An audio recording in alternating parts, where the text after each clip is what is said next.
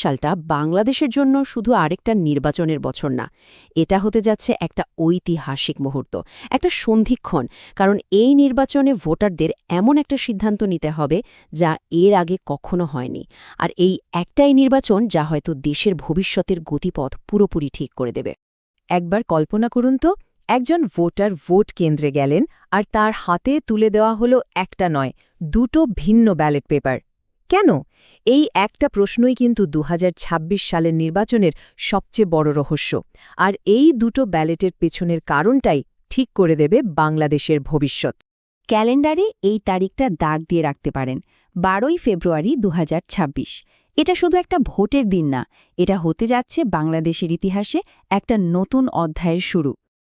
তো এই যে দুটো ব্যালটের কথা আমরা বলছি, এর আসল রহস্যটা কি? কেনই নির্বাচনটা এতটা স্পেশাল? আসলে প্রত্যেকটা ব্যালটের একটা খুব নির্দিষ্ট আর ভীষণ গুরুত্বপূর্ণ উদ্দেশ্য আছে। এমন উদ্দেশ্য যা কিনা দেশের পুরো শাসন কাঠামোকেই বদলে দেওয়ার ক্ষমতা রাখে। প্রথমটা হলো সাদা ব্যালট। এটা আমরা সবাই চিনি, তাই না? এটা দিয়ে ভোটাররা নিজেদের এলাকার এমপি বা সংসদ সদস্য বাছবেন। তারাই দেশ চালাবেন, সরকার গঠন করবেন। কিন্তু আসল খেলাটা হবে দ্বিতীয় ব্যালটটা নিয়ে, গোলাপি ব্যালট। এটা আসলে একটা গণভোট। দেশের মানুষকে সোজাসুজি একটা প্রশ্ন করা হবে। আচ্ছা, আপনারা কি রাষ্ট্র সংস্কারের জন্য এই নতুন জুলাই সনদকে সমর্থন করেন? তো এই জুলাই সনদ জিনিসটা আসলে কি? সহজ কথায় এটা হলো দেশটাকে একেবারে ঢেলে সাজানোর একটা ব্লুপ্রিন্ট বা নকশা। এর লক্ষ্য হলো সংবিধান, সরকার চালানোর পদ্ধতি, এই সব কিছুতে বড়সড় পরিবর্তন আনা। আর এই সনদকেই বলা হচ্ছে দ্বিতীয় প্রজাতন্ত্র বা সেকেন্ড রিপাবলিকের মূল ভিত্তি। এখন ধরুন গোলাপি ব্যালটে বেশিরভাগ মানুষ হ্যাঁ ভোট দিল। তাহলে কি হবে? দেশের শাসন ব্যবস্থায় কয়েকটা বিশাল পরিবর্তন আসবে। যেমন সংসদ হবে এক কক্ষের বদলে দুই কক্ষের, প্রধানমন্ত্রীর ক্ষমতা কমানো হবে, আর সবচেয়ে বড় কথা, কোনো একজন ব্যক্তি ২ মেয়াদের বেশি প্রধানমন্ত্রী থাকতে পারবেন না। এটা একটা বিরাট ব্যাপার। এই সনদটা যে কতটা গুরুত্বপূর্ণ, কতটা আবেগের সাথে জড়িত, সেটা অধ্যাপক আলী রিয়াজের একটা কথা শুনলেই বোঝা যায়। তিনি বলছেন, সরকারি কর্মকর্তাদেরও নৈতিক দায়িত্ব হল এই সনদের পক্ষে প্রচার চালানো, কারণ এটি শহীদের রক্তের বিনিময়ে অর্জিত। এই একটা কথাই কিন্তু এর পেছনের আবেগ আর ঐতিহাসিক গুরুত্বটা পরিষ্কার করে দেয়।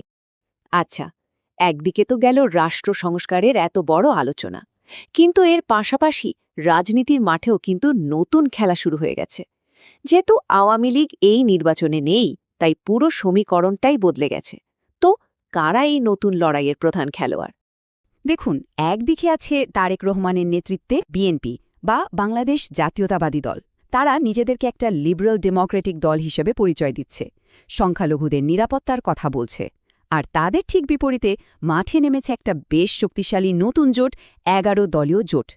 এই জোটে আছে জামায়াতে ইসলামী আর ছাত্রদের নেতৃত্বে তৈরি হওয়া ন্যাশনাল সিটিজেন পার্টি বা এনসিপি।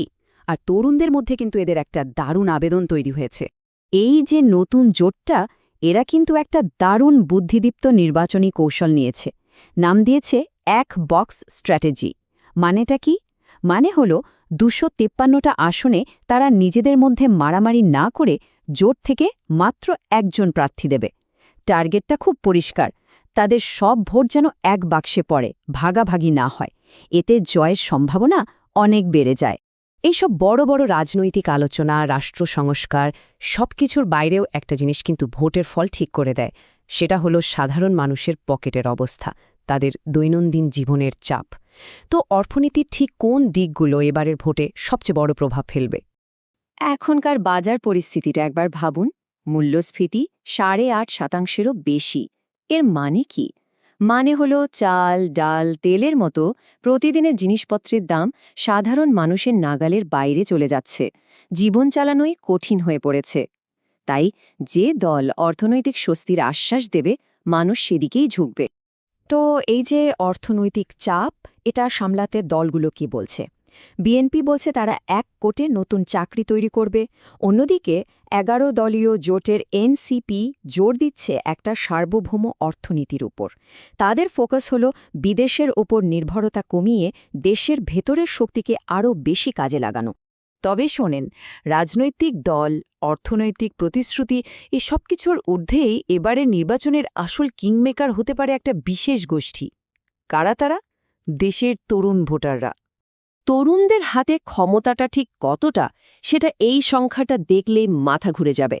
দেশের মোট ভোটারের প্রায় ৪৪% হল তরুণ, মানে যাদের বয়স ১৮ থেকে ৩৭। এই বিশাল সংখ্যক ভোটার নিলেই কিন্তু নির্বাচনের ফল যে কোনো দিকে ঘুরিয়ে দিতে পারে। একবার ভাবা যায়, ৫,৬০,০০,০০০। এটা শুধু একটা সংখ্যা না, এটা হলো একটা প্রজন্মের শক্তি। এই তরুণরা গতানুগতিক রাজনীতিতে ক্লান্ত। তারা চায় আসল পরিবর্তন, সত্যিকারের সংস্কার। জুলাই বিপ্লবের পেছনে মূল শক্তি ছিল তারাই, আর এই নির্বাচনেও যে তারাই হতে যাচ্ছে আসল গেম চেঞ্জার, তাতে কোনো সন্দেহ নেই। এবারের নির্বাচনে আরও দুটো ইন্টারেস্টিং ব্যাপার আছে যা আগে ছিল না। প্রথমত, দেশের বাইরে থাকা প্রবাসী বাংলাদেশিরা এবারই প্রথম পোস্টাল ব্যালটের মাধ্যমে তাদের ভোটটা দিতে পারবেন। আর দ্বিতীয়ত, ব্যালট পেপারে একটা না ভোট দেওয়ার অপশনও থাকছে, মানে কোনো প্রার্থীকে পছন্দ না হলে সেটাও জানানোর একটা সুযোগ থাকছে। তো সবকিছু মিলিয়ে দেখলে একটা জিনিস খুব পরিষ্কার, এই নির্বাচনটা শুধু আগামী ৫ বছরের জন্য একটা সরকার কে বানাবে সেই হিসেব নয়। এটা আসলে বাংলাদেশের জন্য একটা ঐতিহাসিক মোড়, যা ঠিক করে দেবে দেশটা আগামী কয়েক দশক কোন দিকে যাবে। তার মানে প্রত্যেক ভোটারের কাঁধে এবার একটা দ্বৈত দায়িত্ব। একদিকে সাদা ব্যালটে তারা বেছে নেবেন তাদের এলাকার জনপ্রতিনিধিকে, আর অন্যদিকে গোলাপি ব্যালটে তারা রায় দেবেন দেশের শাসনতন্ত্রের একেবারে ভিত্তিটা কেমন হবে তার ওপর। আর এই দুটো সিদ্ধান্ত কিন্তু একে অপরের সাথে খুব গভীরভাবে জড়িয়ে আছে। শেষ পর্যন্ত গল্পটা তাহলে কি দাঁড়ালো? একটাই দিন, দুটো ব্যালট, আর এর মধ্যে দিয়েই হয়তো জন্ম নেবে এক নতুন দ্বিতীয় প্রজাতন্ত্র। ১২ই ফেব্রুয়ারি বাংলাদেশের মানুষ শুধু ভোট দেবে না, তারা নিজেদের ভাগ্য লিখবে। কিন্তু সেই ভাগ্যটা কোন দিকে মোড় নেবে, উত্তরটা লেখা থাকবে ওই সাদা আর গোলাপি ব্যালটেই।